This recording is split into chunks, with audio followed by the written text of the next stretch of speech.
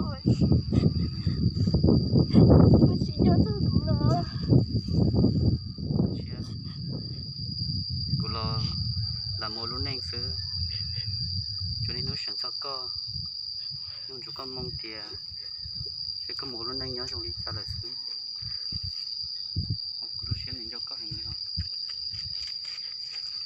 có đồ lớn này cái sắp bố lên này nó nói tới tất cả là xin chí nữa chị giờ chịu luôn một cỡ thấy xíu để lớn một chiều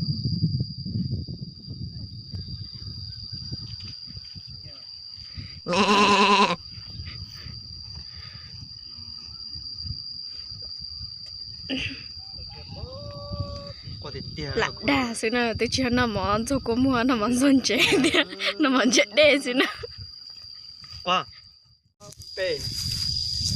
Có chị ở cũng mà có tôi chỉ không ta liền nè, có chị là nhận cũng mà cái gì nó diễn sĩ cũng mà Ai da, cái đó. sao tôi chỉ sinh菜đó找生菜是啊？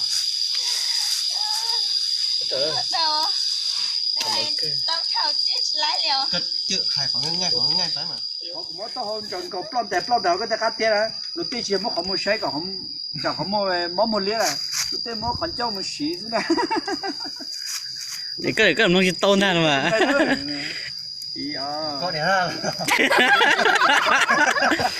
Đâu cơ hay là? à đây là cái mà cho hay á IAP. Ôi呦，chưa到好了，你要什么色哦？要什么色的？只么什么列打嘞？